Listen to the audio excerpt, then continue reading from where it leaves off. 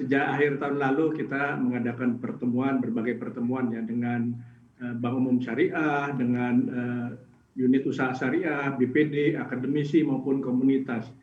Dan hasil daripada pertemuan itu kita menyimpulkan bahwa dari 20 unit usaha syariah yang ada, masih sebagian besar masih belum siap. 50% itu memang belum siap, terutama kalau dilihat dari aset, dari modal maupun juga dari tingkat kesehatannya. Itu kita pantau 2019 sampai 2020. Apalagi kondisi pandemi ini, bank-bank induk yang membawahi unit usaha syariah itu mereka juga harus berjaga-jaga karena ada potensi jumlah non-performing loan yang meningkat ya, sehingga mereka harus berjaga-jaga dengan mempersiapkan modal yang cukup ya sebagai benchmark, sebagai buffer ya.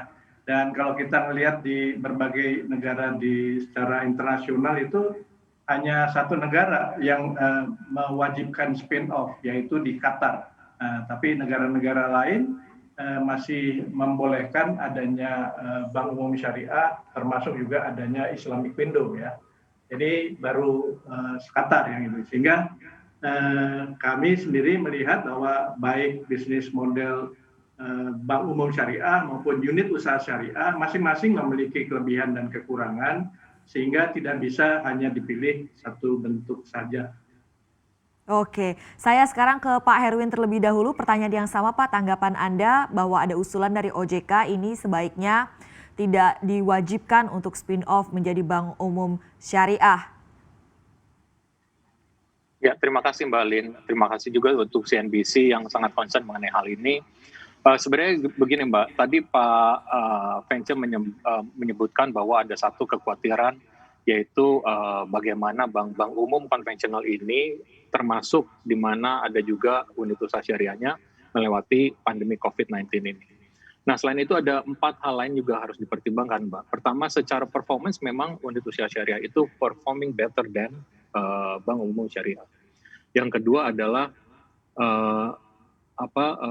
adanya gempuran pasar dari fintech ya, yang kita tahu bahwa fintech ini kan sudah mulai merambah ke dunia perbankan. Mereka masuk dari payment, dari funding, dari P2P dan sebagainya.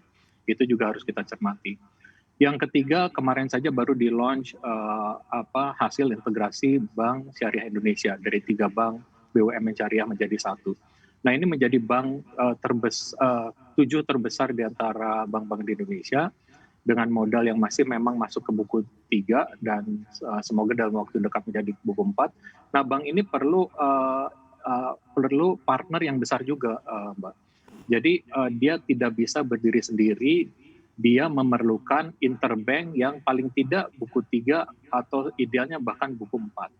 Nah, kalau ini bank-bank unit usaha syariah yang masih berada di induknya dan induknya di buku 4 atau buku 3 harus di spin-off, kemungkinan mereka harus turun menjadi buku 1 atau mungkin buku 2. Nah, ini yang nanti akan sulit Bank BSI ini untuk mencari counterpartinya, baik itu untuk interbank, mau sindikasi, ataupun juga mau untuk squaring positions untuk hedging-nya.